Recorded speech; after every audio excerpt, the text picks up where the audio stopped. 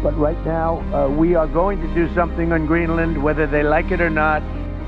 মার্কিন president Donald ট্রাম্পের Greenland দখলের হুমকিতে আটলান্টিকের দুই পারে এখন চরম উত্তেজনা। ট্রাম্প সাফ জানিয়ে দিয়েছেন, সহজ বা কঠিন যে কোনো উপায়ে গ্রিনল্যান্ডের মালিকানা নিতে চায় তার দেশ। তার দাবি, যুক্তরাষ্ট্র এটি নিয়ন্ত্রণ না করলে চীন ও রাশিয়া দ্বীপটি দখল করে নিতে পারে। তবে মার্কিন প্রেসিডেন্টের এই আগ্রাসী মনোভাবকে ভালোভাবে নেয়নি ইউরোপীয় ইউনিয়ন ও ডেনমার্ক।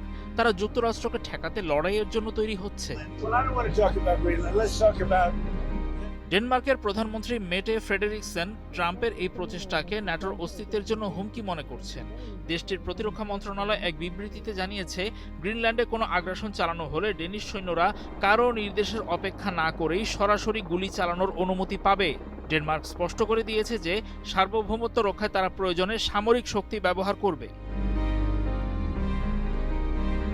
ফ্রান্স ও জার্মানি এই সংকট মোকাবেলায় ইউরোপীয় মিত্রদের নিয়ে ঐক্যবদ্ধ পরিকল্পনা করছে। ফরাসি পররাষ্ট্রমন্ত্রী জিন নোয়েল ব্যারট এবং জার্মানির পররাষ্ট্রমন্ত্রী জোহান ওয়াদেফুল জানিয়েছেন, তারা যুক্তরাষ্ট্রের যে কোনো পদক্ষেপের বিরুদ্ধে একটি সম্মিলিত প্রতিরোধ ব্যবস্থা গড়ে তুলতে কাজ করছেন। প্রয়োজনে ইংল্যান্ড সংলগ্ন অঞ্চলে ন্যাটোর উপস্থিতি আরও বাড়ানোর চিন্তা করা হচ্ছে।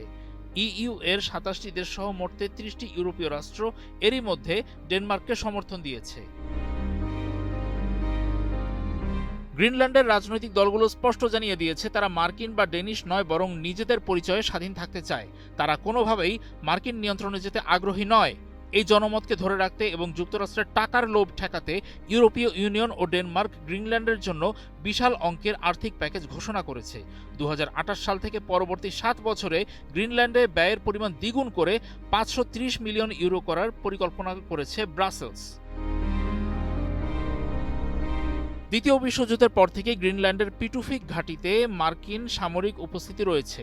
বর্তমান চুক্তিতে যুক্তরাষ্ট্র সেখানে সৈন্য মোতায়েন করতে পারলেও ট্রাম্প মনে করেন এটি যথেষ্ট নয়। তবে বিশ্লেষকরা মনে করছেন, ভেনেজুয়েলা বা ইরানের মতো আগ্রাসী পথে হাঁটা যুক্তরাষ্ট্রের জন্য সহজ হবে না, কারণ ইউরোপ এবার সরাসরি সংঘর্ষের জন্য প্রস্তুতি নিচ্ছে।